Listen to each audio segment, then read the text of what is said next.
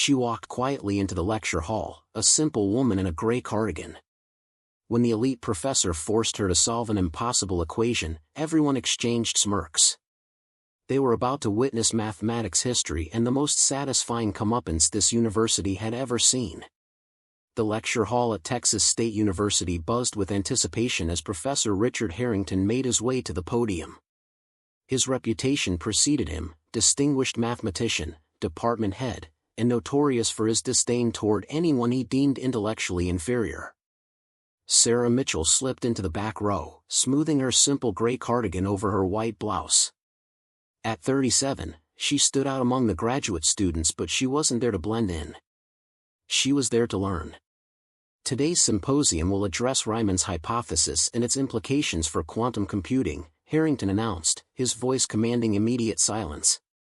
His silver beard and tailored blue suit projected authority as his eyes scanned the room, landing briefly on Sarah. His mouth twitched with subtle disapproval. She'd seen that look before the quick assessment, the dismissal. It was the same look she'd received when she'd applied for the university's maintenance staff position 3 years ago. The symposium began with presentations from doctoral candidates. Sarah took meticulous notes, her eyes lighting up during discussions of mathematical theories. When the floor opened for questions, her hand remained down. Experience had taught her that people like her weren't expected to speak in rooms like this. During the break, Sarah overheard 2 students whispering. "Who's the cleaning lady taking notes?" One snickered. "Probably just auditing for continuing education credits," the other replied dismissively. Harrington hates when non-mathematics people attend these things. Sarah gripped her notebook tighter but maintained her composed expression.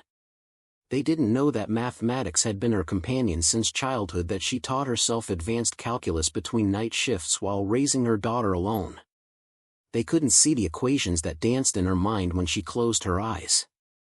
As the symposium resumed, Professor Harrington presented his controversial approach to an unsolved mathematical problem. His explanation was elegant but contained a subtle flaw Sarah immediately recognized. She'd spent countless nights exploring this very equation. "Any questions?" Harrington asked, his tone suggesting he expected none worth answering. The room remained silent until Sarah, almost involuntarily, raised her hand. The moment her arm went up, she regretted it. Every head turned. Professor Harrington's eyebrows rose in mock surprise. "Yes, ma'am," he said, deliberate condescension coating his words. "I was wondering about the variable transformation in step 4, Sarah said, her voice softer than intended. "Wouldn't that create inconsistencies when applied to the boundary conditions?" The room went silent. Several students exchanged glances. Professor Harrington's expression hardened. "Your name?" he demanded. "Sarah Mitchell." "In your department?" Sarah hesitated. "I work in facilities management." A ripple of whispers spread through the audience. Harrington's face shifted from surprise to amusement. "Facilities management," he repeated, letting the words hang in the air. "How interesting. And you believe you found an error in my work?" Sarah's cheeks flushed. "Not an error, exactly. Just a potential complication that perhaps..." Harrington interrupted. "Instead of questioning established mathematical principles, you should focus on more accessible pursuits." Several students laughed. Sarah felt her face burn hotter as she shrank back into her seat, wishing she'd never raised her hand. What neither she nor anyone else in that room knew was that this moment of humiliation was about to become the catalyst for an extraordinary revelation. Professor Harrington wasn't done. Having found an easy target, he seemed determined to make an example of Sarah. "Since our guest from facilities management has such confidence in mathematical theory," he said, straightening his tie with deliberate slowness, "perhaps she'd like to demonstrate her expertise." He gestured toward the chalkboard. "Come forward, Ms. Mitchell." Sarah froze. Every instinct told her to decline, to escape. But something deeper, pride, perhaps, or the exhaustion of being underestimated, pushed her to her feet. The walk to the front of the lecture hall felt endless. Each step echoed against the hardwood floor as whispers followed her path. She took the chalk from Harrington's outstretched hand, careful not to make direct eye contact. "Let's make this accessible," Harrington said loudly enough for everyone to hear. The word accessible dripped with condescension. He turned to the board and wrote a complex differential equation. Sarah recognized it immediately, a problem from advanced multivariate calculus. Difficult, but certainly not impossible for someone with proper training. The challenge wasn't in the equation itself but in the public humiliation intended. "Take your time," Harrington said with false generosity.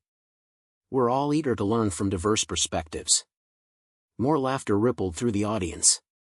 Sarah felt her hand trembling slightly as she stared at the board. Behind her, someone whispered, "This is painful to watch." Dr. Elizabeth Chen, a visiting professor from MIT seated in the front row, frowned at Harrington's display but remained silent, watching Sarah with curious interest. Sarah took a deep breath.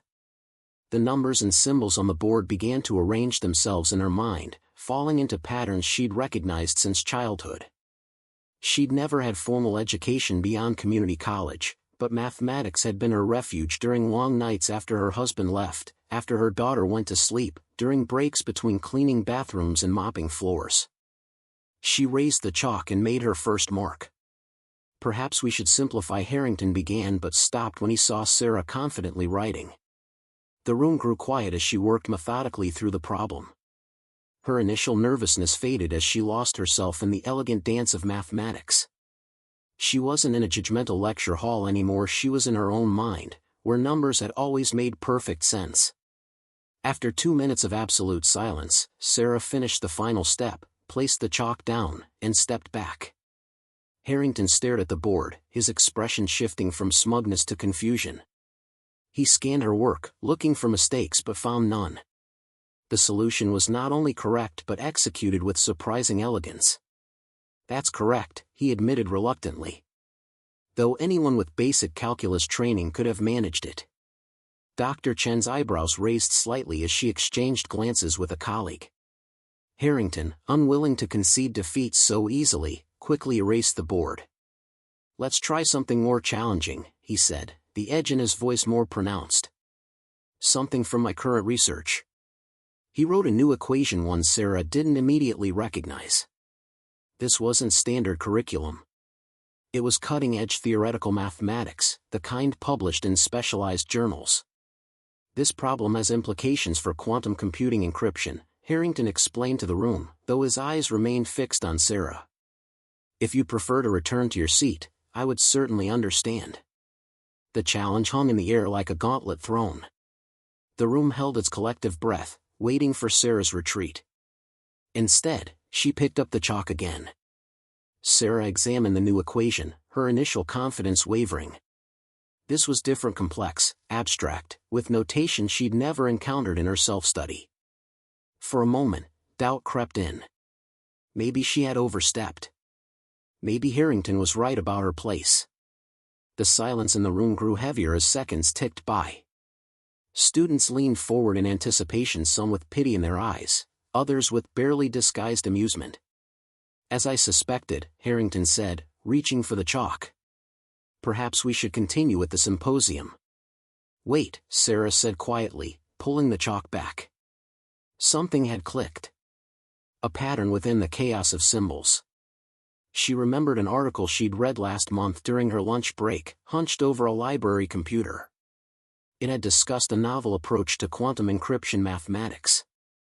She began to write slowly at first, then with growing confidence. The tension in the room shifted as students exchanged confused glances. Even Harrington's smug expression faltered as he watched Sarah work through the problem with unexpected skill. Dr. Chen sat forward, her eyes widening as she watched Sarah's approach.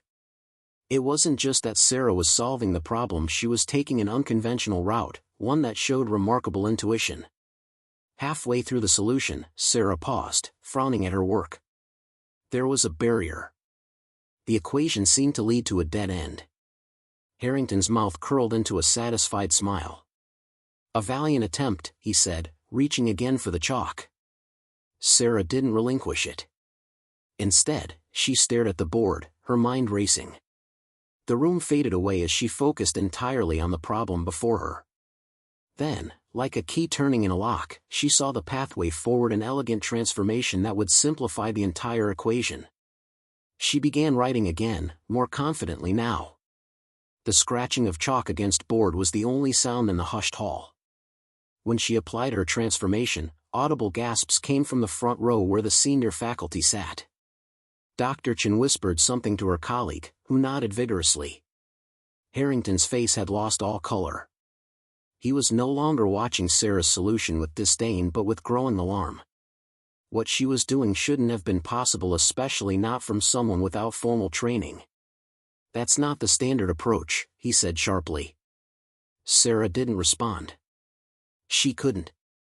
She was too deeply immersed in the mathematics, in a state of flow she'd experienced all her life when working with numbers. She wasn't just solving Harrington's problem. She was improving upon it, finding efficiencies he hadn't seen. As she neared completion, tensions had shifted dramatically. The students who had laughed earlier were now silent, their expressions a mixture of confusion and respect. The professors in the front row were whispering urgently among themselves. Harrington himself seemed caught between contradictory impulses, a desire to maintain his authority and a professional fascination with the mathematical insight unfolding before him. Sarah had nearly reached the solution when Harrington suddenly moved to the board, examining her work closely. His finger traced one particular transformation she had used. "This simplification," he said, his voice tight with contained emotion. "Where did you learn it?" Sarah finally looked at him directly. "I didn't learn it. I just saw it." Their eyes met in a moment of silent confrontation, the prestigious professor and the maintenance worker, standing before an equation that was bridging their worlds in ways neither had anticipated. Before Harrington could respond, Dr. Chen stood up from her seat. "That's the Lu Takahashi method," she said, her voice carrying across the hall. "Except it was only published in the International Journal of Quantum Mathematics last month." She fixed Sarah with an intense stare. "How could you possibly know about it?" The question hung in the air as every eye in the room turned to Sarah. Sarah stared at the chalk in her hand, suddenly aware of the crossroads before her. For years, she had hidden her ability, convinced that no one would believe a single mother working maintenance could understand advanced mathematics.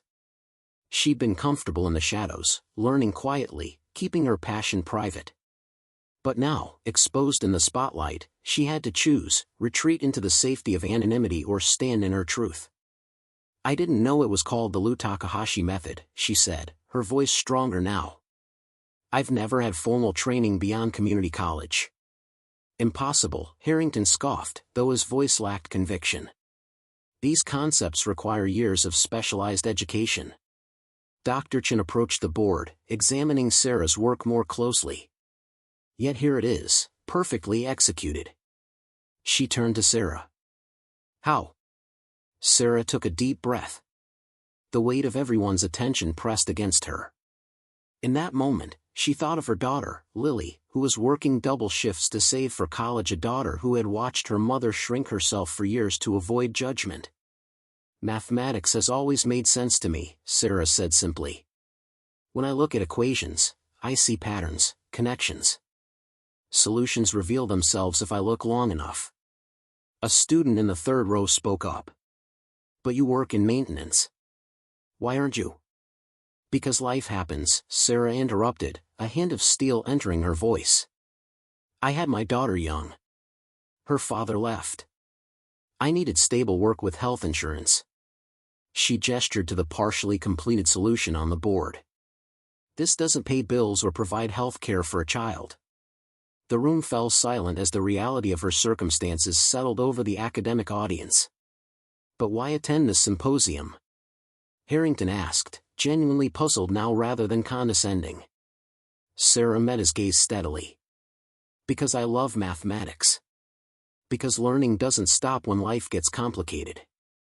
The chalk felt heavy in her hand as she turned back to the board. The unfinished equation waited, along with a decision that would change the trajectory of her life. She could stop now, return to her seat, go back to her predictable existence. Or she could finish what she started and fully reveal the mind she'd hidden for so long. Sarah lifted the chalk and turned to face the problem once more. Her hand no longer trembled. "I'm going to finish this," she said, more to herself than to the room full of academics. And with that simple declaration, Sarah Mitchell stepped into her power, ready to show these elite mathematical minds exactly what a simple woman from facilities management could do. 6 months later, Sarah Mitchell stood in front of a different classroom, this one smaller, with eager undergraduate faces watching her explain a complex theorem. The sleeves of her gray cardigan were pushed up as she wrote across the whiteboard, no longer hesitant or apologetic about claiming space. Her life had transformed with breathtaking speed. After that symposium, Dr. Chen had arranged an emergency fellowship, recognizing that talent like Sarah's couldn't wait for traditional academic timelines. 2 of her theoretical approaches had already been published with her name listed as the primary author. Professor Harrington had come around too, though it had taken time and several departmental meetings where he'd been outvoted. Now, he grudgingly acknowledged her insights, especially after her work on quantum encryption had attracted attention from research institutions across the country. The biggest change, though, was internal. Sarah no longer hid her intelligence or passion. She spoke with authority about her work, knowing her value didn't derive from credentials but from the power of her mind. Her daughter, Lily, had transferred to the university on a full scholarship, inspired by her mother's example to pursue her own dreams without apology. As Sarah finished her explanation, a student raised her hand, a young woman with uncertainty in her eyes but determination in her question. Sarah called on her immediately, remembering what it felt like to be unseen. "Never be afraid to raise your hand," she told her students. "The question you're afraid to ask might change everything, not just for you, but for everyone in the room." If Sarah's journey from overlooked to extraordinary touched your heart, remember that genius exists in unexpected places, often hidden by circumstances, not lack of ability. Who might you be underestimating in your own life? Where are you watching from today? Share your stories of hidden talents discovered in the comments below. If you enjoyed this story of recognition and transformation, subscribe for more glimpses of extraordinary moments that change lives forever. Sometimes, the greatest minds aren't found in lecture halls, but cleaning them.